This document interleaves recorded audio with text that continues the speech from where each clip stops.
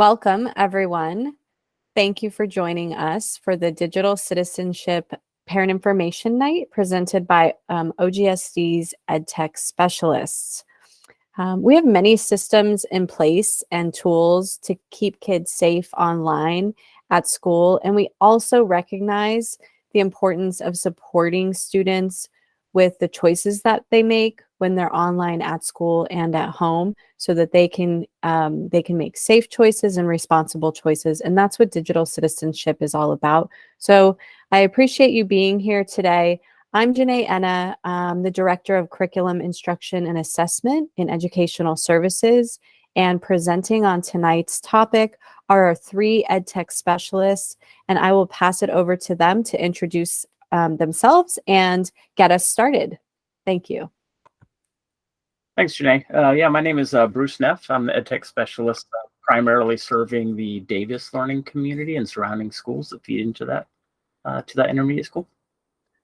Hi, my name is Sergio Rizzi. I'm an EdTech specialist for the district, and I support the Herman learning community.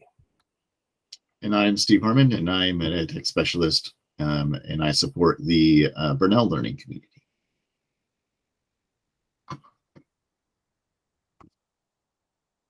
So, what's that? Sorry, I just wanted to remind them, I believe that we have Q&A open for them, so you may want to give them some logistics on that.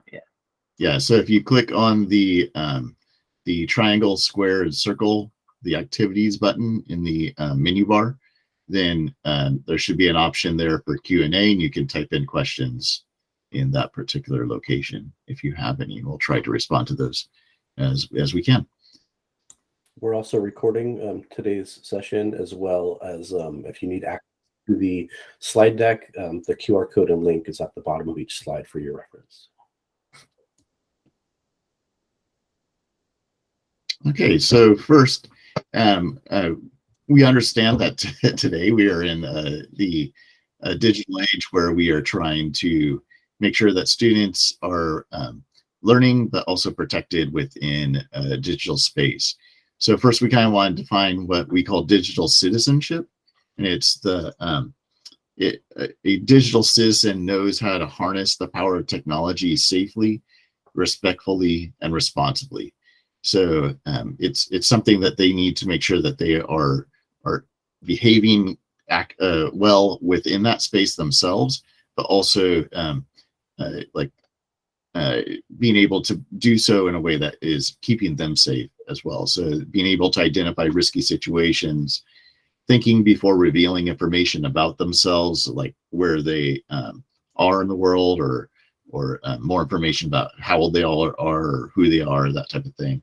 Things that others would be able to use to identify them. Protecting privacy, so that they are not just giving their data out willy-nilly, but they are actually helping to protect their privacy by thinking about how they're handling data. Cultivating a positive digital footprint, so that they're not creating a digital footprint that is going to have a negative impact in their lives later on in life. Communicating respectfully, this is something that is key, is that they're not creating a situation where they are angering people by not being respectful of each other, that type of thing, or causing others to feel poorly or badly about themselves. Building community, being able to search effectively, that they are not just searching and grabbing the first thing that comes up, but they're actually kind of looking at the resources and vetting those. That's evaluating the website credibility as well, making sure that who's posting it or presenting it is credible and not someone that is just making stuff up off their top of the head. And then respecting copyright and avoiding plagiarism. So those are key things that a digital citizen would be able to understand and do, so that they can behave appropriately on the internet. So these are things that we in Oak Grove try to have our students learn, so that they can exhibit these now in school, as well as into the future as adults.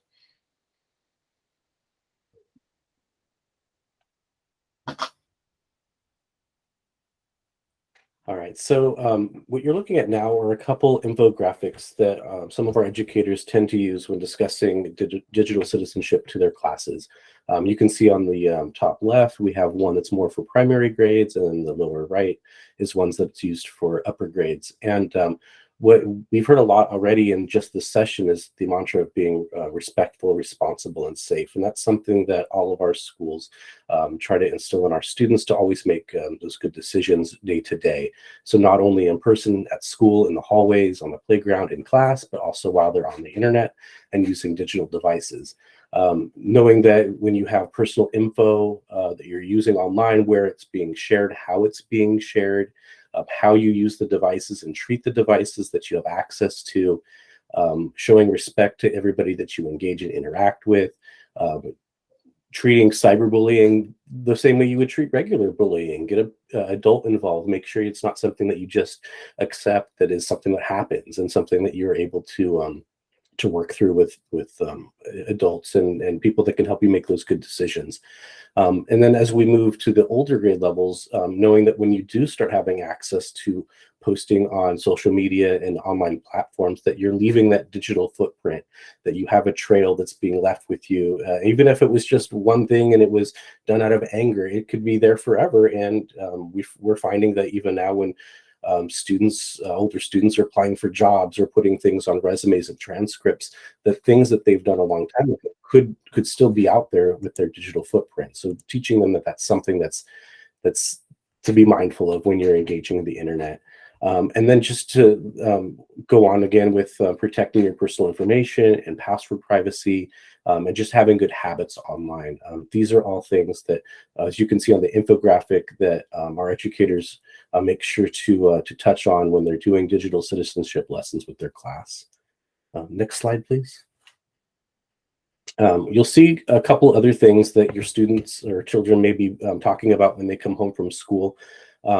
There's a couple programs that our educators tend to use quite often when it comes to talking about digital citizenship. One of them is the Google Workspace for Education's partnership with Interland, and they do a program called Be Internet Awesome, which is a gamified way that students can be presented with different scenarios that they may encounter on the internet.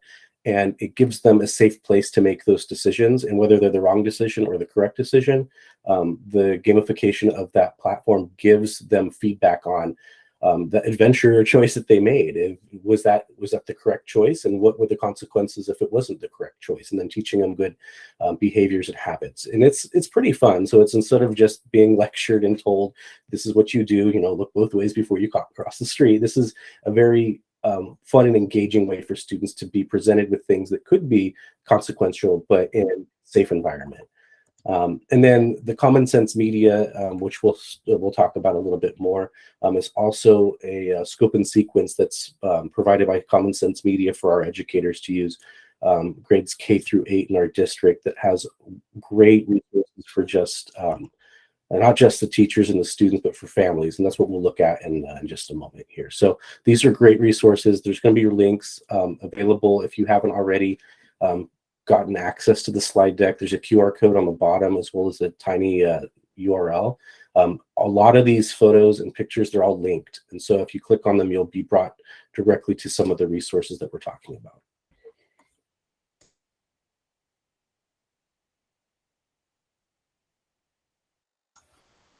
Okay, so first one that we're going to look at is Google Workspace for Education has a program called Be Internet Awesome. And it's kind of their way to help kids to make the most out of the internet, to help them make smart decisions when they're on the internet. So they teach the kids, they use that to teach kids kind of the fundamentals of digital citizenship, like what we've talked about before, and safety, so that they can explore the world online. And again, as Sergio mentioned, there are links here on the website. So they kind of talk about being internet awesome is being internet smart, being internet alert, being internet strong, being internet kind, and being internet brave. So it's kind of a cool little way that they are able to go through and access those things. So I'll quickly share a little bit of what that looks like. So they do have some digital safety resources for home. And there are some guides here that they have. You can download the family guide or the in English or in Spanish. And they have some activities in there for you, some discussion topics for your family to discuss, things along those lines. They also have, though, a little game so they can gamify the learning of digital citizenship called Interland that Sergio had mentioned. And so it's kind of a playful way for the kids to go on and learn about what it means to be a digital citizenship, and it's just kind of an interactive way for the kids to be able to go on and play around with things and see how it can have negative effects or positive effects depending on what choices they make. So those are some options that you can have to share with the students or with your children. And then they also have a digital well-being family guide. And this is kind of something that is useful for everyone in the family. But kind of is a guide that helps you to create a method to, or a place to be able to talk about some of these things with your family.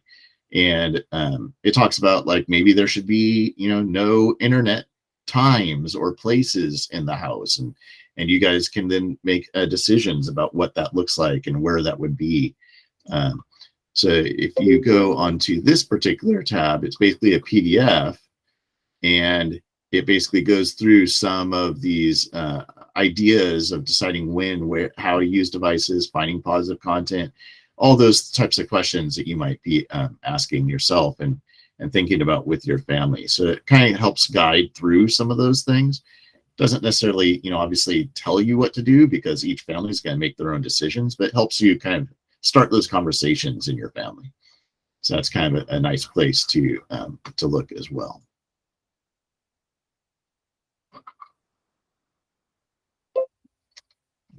Then Sergio next, right? Thanks, Steve. So Steve just spoke to the Google option with the being internet awesome, and then to touch more on the Common Sense Media.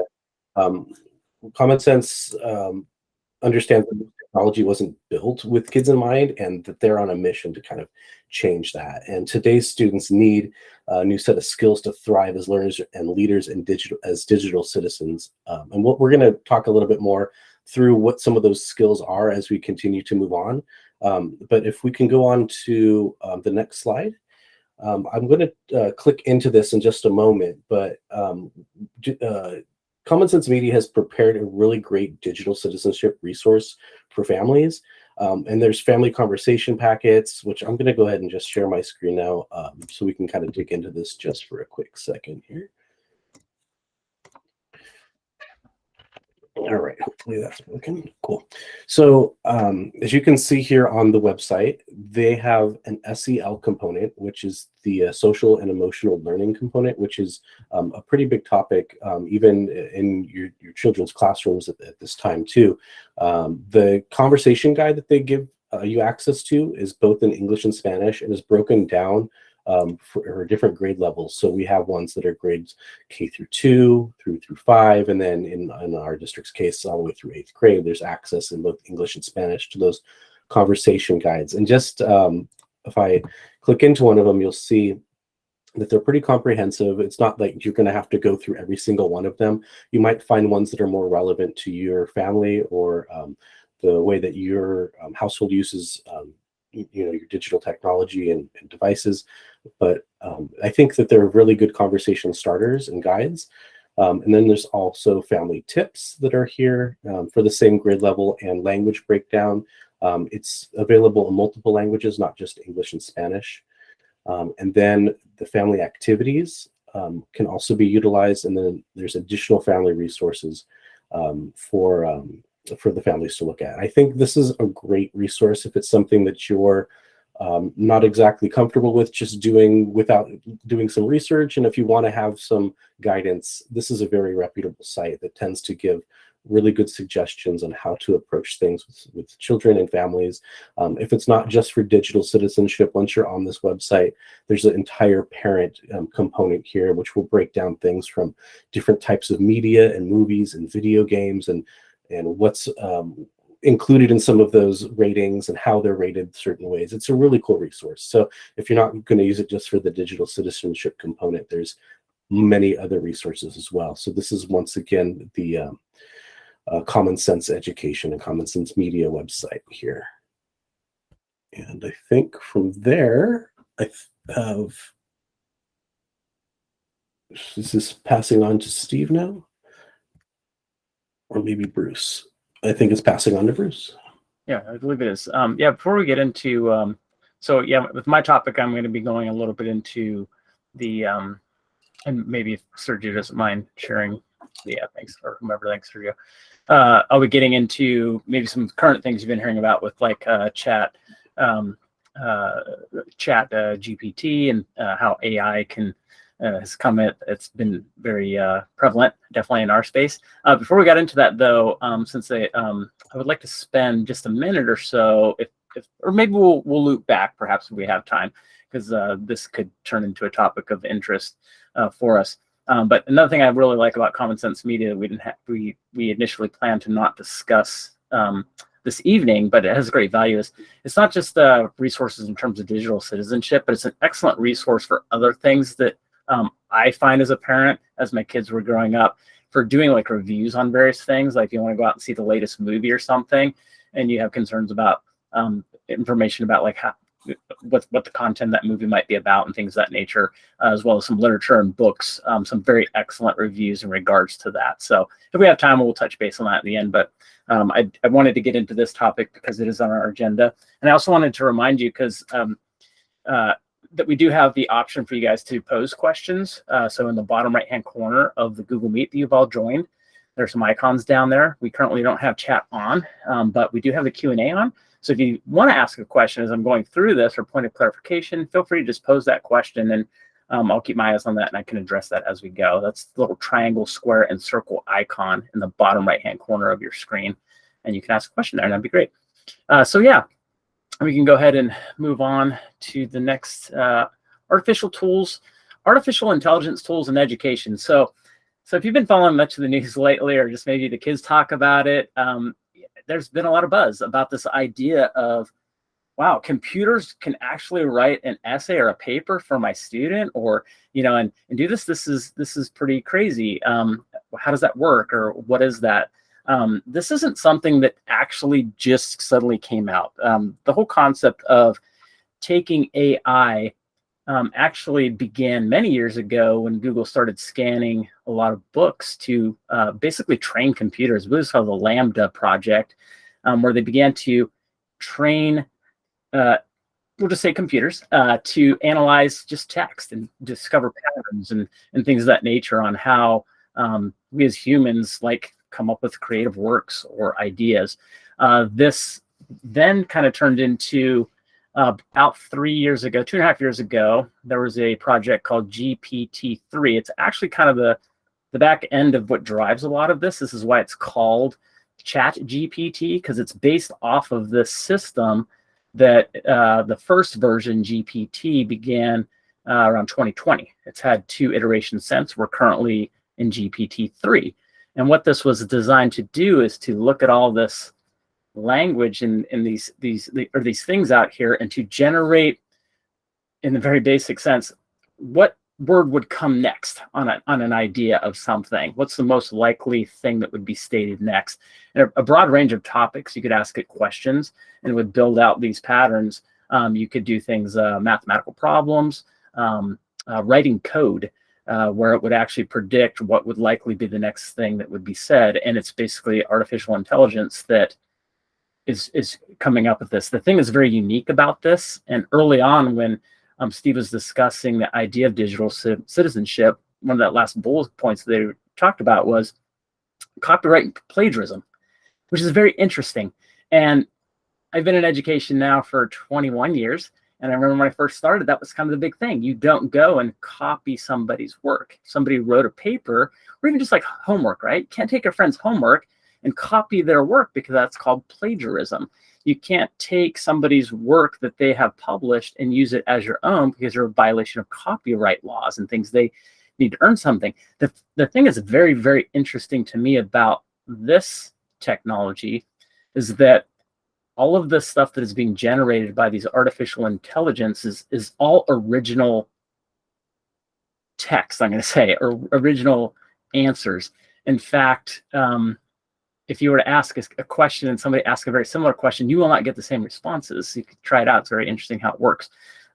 So it's very difficult for them to kind of figure out how to, let's say, if somebody's using it to write a paper, how do you check for plagiarism, which I'll get into in a little bit. But so again, a little more of the history. So GPT is basically what started, back in 2.5 years ago. It was a project funded, interestingly enough, by Elon Musk to come up with this open AI thing to how can we do this, right? And then the next thing that came out was a DALL-E, and this was taking an AI to take images. The first version came out in early January of 21. And then it just DALL-E version 2 just came out a couple months ago, and you could put in a string of words, and it would actually generate original art based off of all these images that it could scour on computer databases in the internet and come up with all this stuff. And there's been a lot of articles you've probably heard of about this idea of computer generated art, and actually people on artistic groups and stuff being booted out because it's suspected that the art that they're submitting is actually not a human doing this, but it's generated by a computer. And some of the stuff is really quite amazing if you look at it, that they can do this stuff. And then also the big buzz that came out, honestly, with a lot of the conversations in our community, and especially in education and teachers, is the idea of the Chat GPT. And the interesting thing about chat itself has been around for a very long time. Oftentimes you go to a website and maybe your phone isn't working or something like that. You're trying to get some sort of customer support. You'll see that little pop-up that comes up in the bottom corner of your window, and it has a little, it's called a chat bot. And it says, hey, do you have a question or something? You type in your question, Xfinity or something like that, and describe your problem in some words. And that's actually AI. It's been around for many years that helps give you suggestions on articles or solutions. That's the concept of a chat bot. So what Chat GPT did is you actually are almost like having a conversation with this software. And you could pose questions and things like that. And then it would basically have a discussion about what that might be. Very powerful. And kids are very resourceful. My daughter just started college, so I'm curious how she's approaching this. Great question. I'll get to that in a second, Brenda.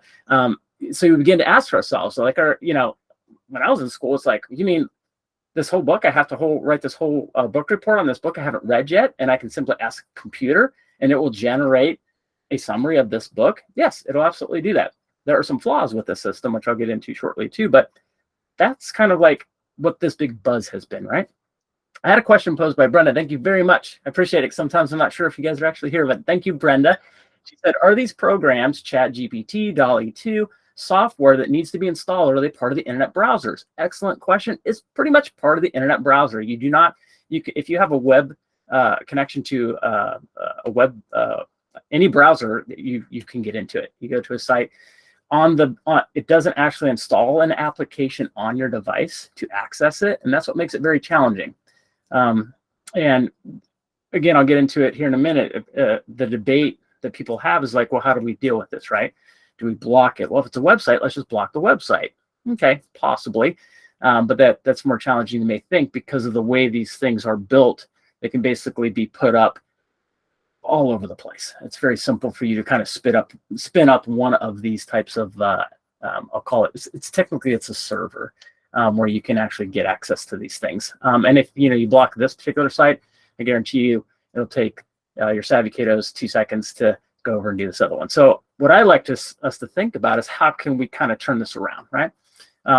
Technology, some people say, is very disruptive, but we adapt in education. I'm very excited. I wouldn't have a job today if technology didn't disrupt education, because I wouldn't be an ed tech specialist. I'd be a teacher. I'd be doing it differently. But even when I started, I was very excited about the power of how technology can be used as a tool to help us educate and prepare us for the future. So that's a good part of that. There are a few articles at the bottom here. Oh, before I leave on this, so November, this was it was like late November. Chat GPT came out, a lot of buzz.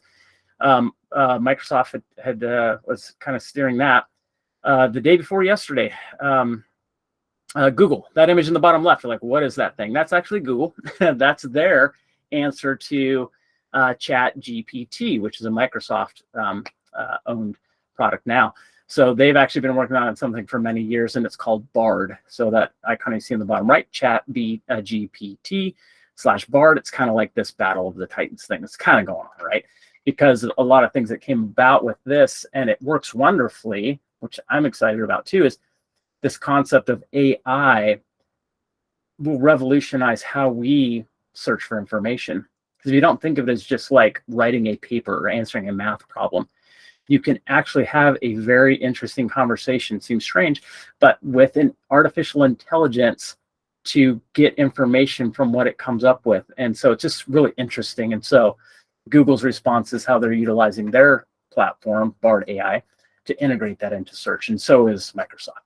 There's some articles that are very interesting that we listed. There are tons of articles. I probably read about 3 a day. These are just 3 that I found off the top of my head that kind of cover some of these things, and you can go more in depth about some of the stuff I've discussed, and we'll continue to discuss a little bit later. But those are and if you just search that, you'll see bunches of those. So we can, so go ahead and go on to the next slide. So this is kind of like right now, in my opinion, like reading things, it feels like we're kind of in 2 spaces. Kind of on the left, big buzz. It's like this came out shortly after. I think it was late. It was around December. New York City, largest school district in the nation, they banned Chat GPT over cheating concerns. Right? It's very reflexive. It's like, you mean, oh, the teachers, there's legitimate concern. They can do the homework for them or whatever, possibly. Okay, let's just try and block the site. Okay. Well, that's not really going to work because it's very much like whack-a-mole.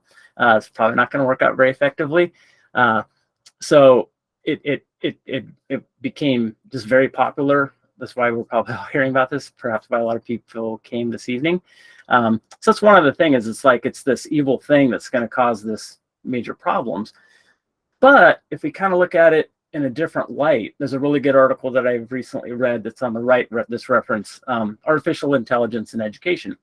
How can we utilize a tool like this to actually maybe look at different ways that we can teach and learn, and we can leverage this in ways to maybe reinforce some of those concepts in a way that is just better ways to learn. So if we can go on to the next slide here. So this is an example. So if we're looking at what the current state, I'm going to start with this because technology advances very rapidly. The current state of something like this Chat GPT or other tools like this is the way that they are basically outputting information. It's more on these lower order thinking skills here. They're really good at recalling information. So if you needed to, very simple facts like remembering, describing, defining. You put down a list of things. It can do that very, very well. Making understanding of things, summarization, hey, give me a summary of Mark Twain, with the Huckleberry Finn or something like that. It can do that. Applying starts to get not quite as good. It does okay. It can do a kind of some of those skills as well, like charting out and doing outlines of things. We do see that when, people have been looking at this, there are definitely errors involved with this, because the way that the algorithms work on this, as it's predicting the next most likely word in the thing, which sounds kind of strange, but how it predicts what should come next is that if it doesn't immediately know what it should place in there, it's actually going to spin up not actually a fact. So I've read many like research papers, like, hey, give me a research paper that discusses this topic. And they'll actually have a cites reference at the bottom. And one of those will actually be of an article that is real, and the other 2 are just made up because the chatbot just made them up because they're just trying to give you an example of how this might go and other things. So if knows the topic, they read through and it's like, hey, that was pretty good. These few things were wrong. So it's not perfect, at least today. Who knows in the future?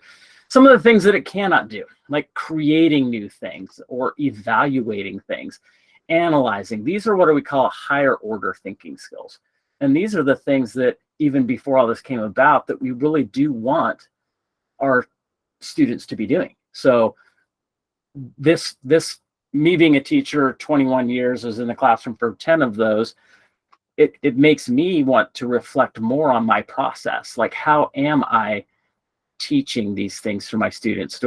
Is it just simple rote mechanics of memorization and basic facts, defining multiplication tables, things like that? Or do we need to elevate the way that we are learning and teaching? So for me, I think it's like, hey, let's look at some silver lining here. Let's start looking at these other ways that we can learn, because research shows that those higher order thinking skills, it's going to create better understanding. It's going to give us better skills for the future and things like that. So I think it's just all in all a better place to be. You can go to the next slide. Another way to kind of look at this too is, you may have heard in education, the 4 C's. This is very common, number of years ago. And this is something that still we emphasize this a lot in the classroom today, because again, it gets away from just sort of like you receiving information and then you just basically returning that information back to them. Like, here we want to have creativity. We want to come up with original ideas and thoughts. We want to collaborate, working together with our peers to come up with solving problems and things like that, communicating with our peers, thinking critically, which is basically questioning what is said to be the truth. When I got my master's degree, that was the big emphasis of my master's, was basically always asking questions. In my opinion, being able to answer a very good question can create a lot more value than it is to just simply answering the rote answers of simple questions, right? So what this allows us to do is, we as teachers, I think, is our challenge to ourselves, is how can we begin to look at how we are doing some instruction and elevate this process to that higher level ways of thinking about things, creating more opportunities for us to create, to critically think. So maybe instead of having a book report, we're saying summarize that book. Maybe it's like creating something that represents the main character. So now that takes a little more work. Does that mean that the student would go in and say, give me the certain traits of, the main character of the book? Sure. If you want to use the chatbot to find that, great. But the end product is going to be this thing that you're creating to present. So you're still leveraging something, which we do every day. I do it every day in my job. If I don't know the answer to a technical question, I'm going to probably go to Google and I'm going to look it up. I'll ask my colleagues. I'm going to collaborate. I'm going to go figure it out. And then I have to be able to synthesize that so that I can support the student or the teacher and collaborate with them so that I can reach some understanding. And this is what we do every day. So I think that would be beneficial in that regard. See, but the next slide, please. Okay, so why use tech at schools at all? So this is kind of a closing statement, right? A little quote here, and I would actually like to get some feelings from you guys too before we move too much further along. But so schools must prepare students for jobs that do not yet exist, creating ideas and solutions for products and problems that that have not yet been identified, using technologies that have not yet been invented. This is wild. This quote is actually from many years ago, but it's technology. This really, it hits it. For me, I've been doing this job now for 12 years, and it seems like the next thing that comes around, I revisit this quote, and it reminds me, like, especially the concept of jobs that do not yet exist. Over the last 2 months, even just with this whole AI thing, my head is spinning around all the possibilities of how this is going to create opportunities for people to do different things in different ways. I think a statistic from many years ago, 65% of the jobs that like the kids that are in class today, 65% of those jobs haven't even been imagined yet. I'm sure that figure is probably even higher, because things are changing so quickly. I think it's really exciting. So in regards to, so again, maybe if you guys wanted to, if you had any questions about this, we do have the ask a question. Again, there's a triangle, square, and circle icon on the bottom right of your screen. You could pose a question there. We might, I guess I'll leave it as a pause there if some people have something. Maybe you can open up to Steve and Sergio if they have any comments in regards to this topic. I'm excited about it. I feel like every morning I'm reading something new about it, and I'm really definitely getting my mind to shift away from my initial knee-jerk reaction. And we actually discussed in our office, how can we block this? I'm like, well, you can't. And then I quickly moved away from how can we use this, to benefit. And there's just some good things. These articles that I referenced, especially the last one, there's some really great ideas that I'll be sharing with teachers and how you can utilize a tool like this to do it. I mean, it could be a tutor. I mean, you got a kiddo that's struggling with some topics. Give it a shot. That being said, and I haven't mentioned this before, this is actually quite important.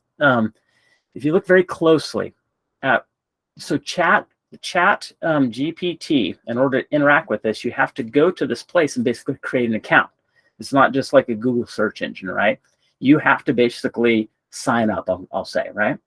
And this is very important because that's for you to even just like start asking questions. Once you do this, it's very explicit. If you want to drill through all that privacy on there, it's capturing all those questions you're asking. It's recording all that. It's maintaining it.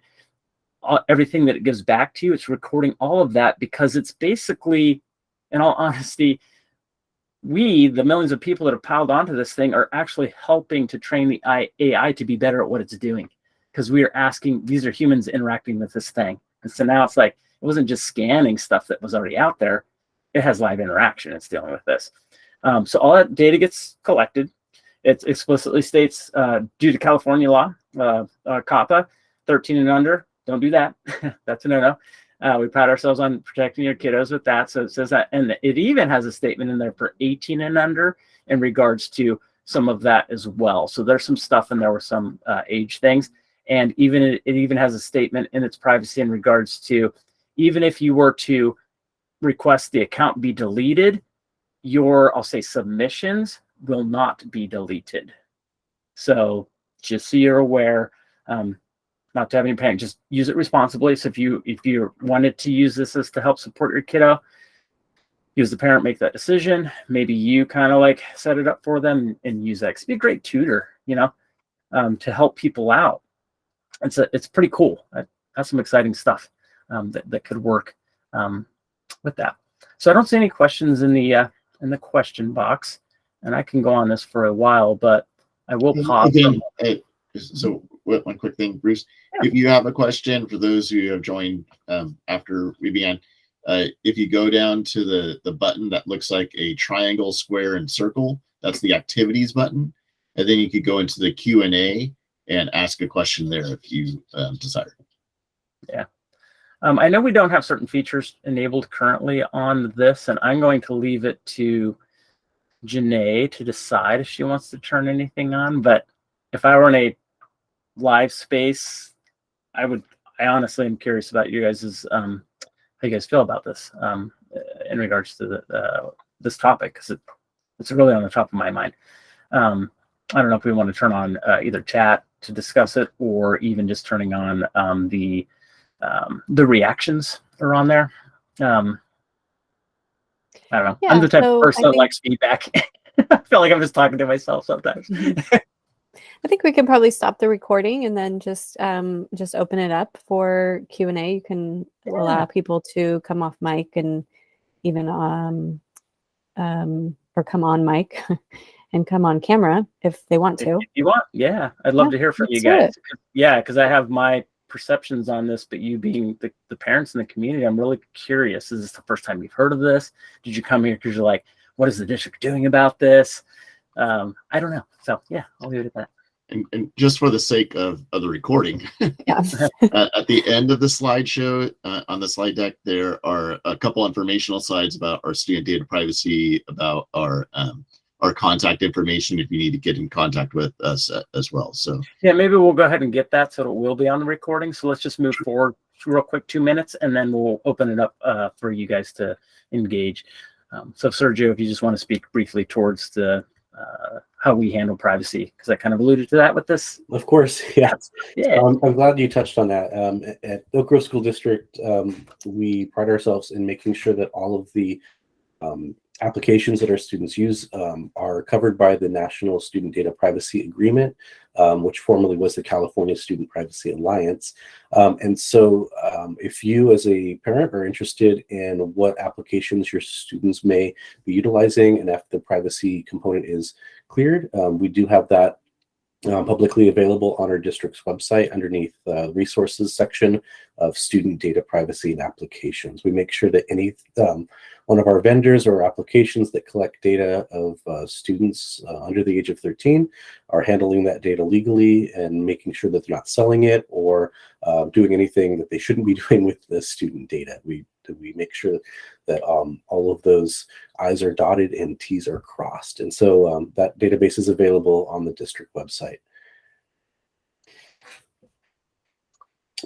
We also have a website of resources for parents on the district website. It's located under the icon where it says login tips, but there's much more than just login tips there. There's other resources on how your child and you can access different curriculum, websites, Clever portal, and other resources that they may be utilizing on a day-to-day basis, or if there's just troubleshooting on how to sign into their district provided Chromebook, many of those resources are available there.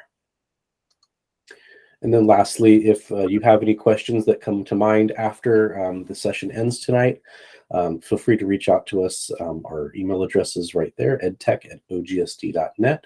That email address will go to the three of us and you will get a response from us.